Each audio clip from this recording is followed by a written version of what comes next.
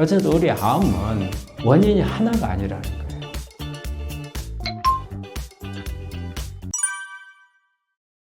안녕하십니까. 나으람원 원장 문창식입니다. 최근에는 이제 통합의학을 가지고 지금 현대의학적인 치료 방법에서 한계점이 있는 부분들을 개선하고 암 치료의 효과를 더 높이기 위한 이런 부분들을 하기 위해서 우리 환자들 새로운 각도에서 치료를 하고 있고요.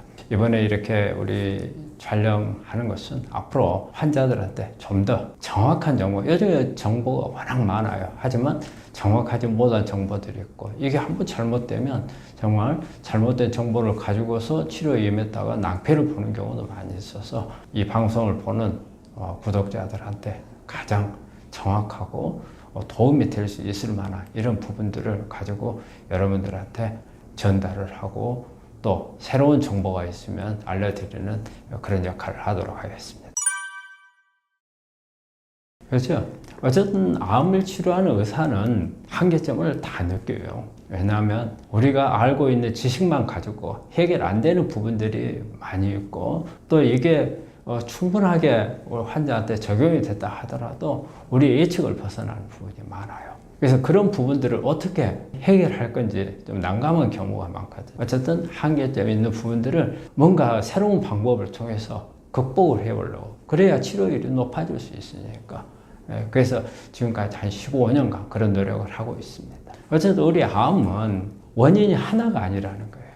우리가 예를 들어가지고 감염병 균이 들어왔어요. 그 균만 잡으면 되잖아요.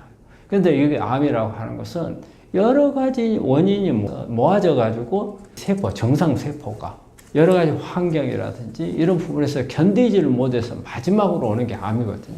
유전자 변이 문제, 그 다음에 면역 문제, 그 다음에 환경 문제, 이런 부분들이 다 결합이 돼서 암이 발생하기 때문에 치료가 하나로 되지 않는다는 거예요. 여러 방향에서 같이 돼야 되는데, 지금 아직까지 이런 현대의학적인 치료는 어떻게 보면 한 방향에서 이 항암제를 통해서 암세포를 죽이거나 수술을 해서 제거를 하거나 이런 부분만 하다 보니까 아직은 암에 대해서 우리가 전체적인 파악을 못하고 있다고 볼 수 있죠.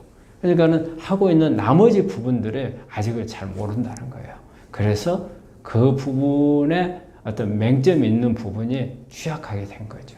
그래서 잘 되다가도 재발전이 된다든지 이렇게 나빠지는 경우, 그런 걸 허다하게 보기 때문에 이런 부분들을 우리가 난감해 하고 있는 거죠.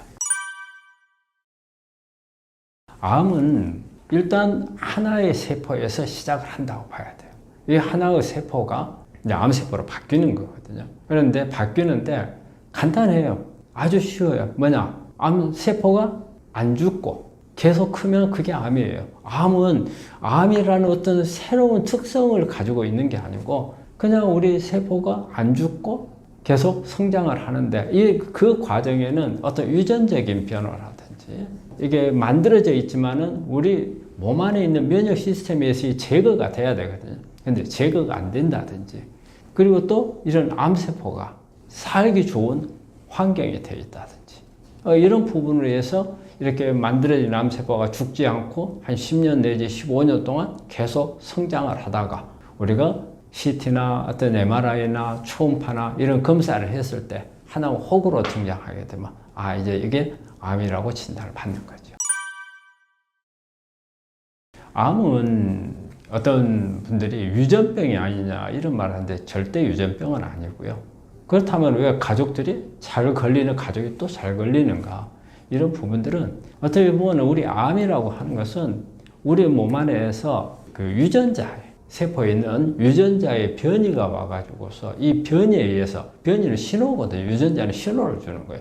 신호가 죽지 않고 계속 크게끔 하는 이런 신호들이 만들어졌을 때 이제 암이 발생을 하기 때문에, 이런 암을 만들어지는데 어떤 유전적인 부분이 좀 취약해서 그런 영향을 받을 수는 있어요.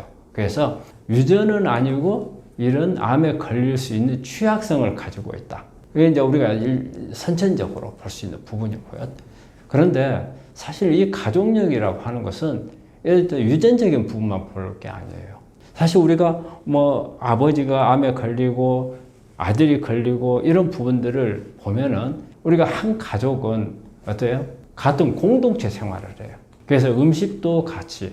그 다음에 아버지가 스트레스를 받으면 가족이 전부 스트레스를 같이 받고 그런 어떤 스트레스라든지 그리고 같은 생활 공간 이런 부분들이 영향을 미치는 거라. 그래서 이런 부분들을까지 포함해야 이게 우리가 가족력이라고 말할 수가 있는 거죠. 암이 잘 걸릴 수 있는 뭐랄까 유전적인 성향을 가지고 있기 때문에 약간은 그런 부분에서 또 후천적으로 이런 가족 간의 어떤 환경에 의해서 영향 주는 부분들이 같이 겹치면은 잘 발생을 하잖아요.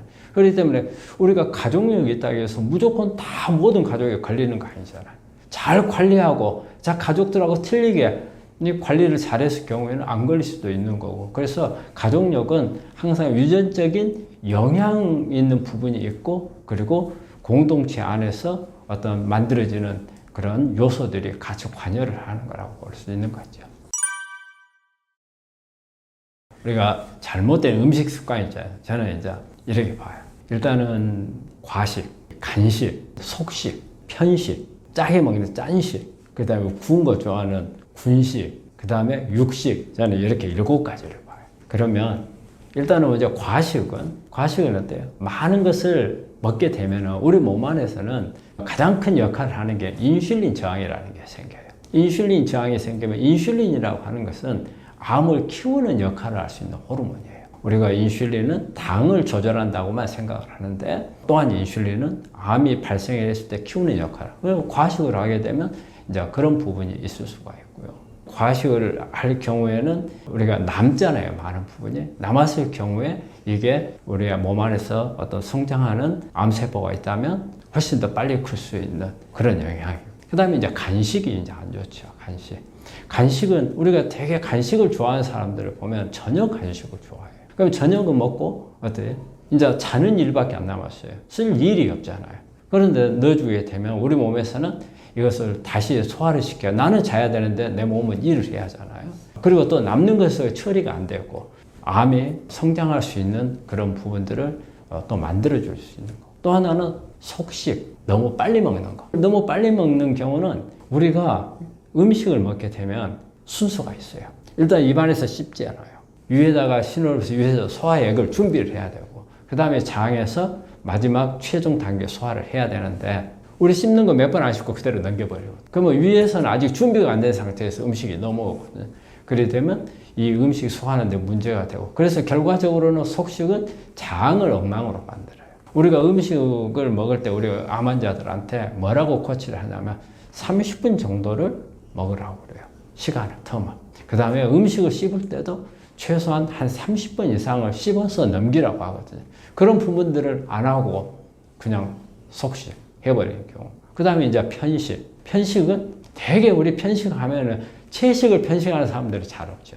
육식을 편식한단 말이에요. 고기 종류를. 고기 종류만 먹게 되면 칼로리만 몽땅 올라가고 그 고기 속에 들어있는 뭐 다양한 항생제라든지 성장 호르몬이라든지 철분이라든지 포화지방산 이런 부분들이 암을 악화시키는 그런 요인들을 하게 되는 거고. 그리고 이제 구운 음식 같은 거 많이 먹으면 안 좋은 것 같고 짠식. 소금기가 많아. 소금기가 많아. 요즘에 어떤 유튜브에 보니까는 뭐 소금을 또 많이 먹으라는 이야기를 하는 분들도 있는데 사실은 소금은 우리 몸 안에서 염증을 일으키는 그런 부분을 많이 유발을 하거든요. 그래서 우리가 특히 위암이라든지 췌장암 이런 경우는 염증하고 관련이 많아요. 그래서 이 위에 염증을 일으키는 것은 대개 염분이 일으키거든요. 이런 7가지를 음식 습관이 이렇게 암을 유발할 수 있는 거기 때문에 이런 부분들을 고쳐야 될 것 같아요.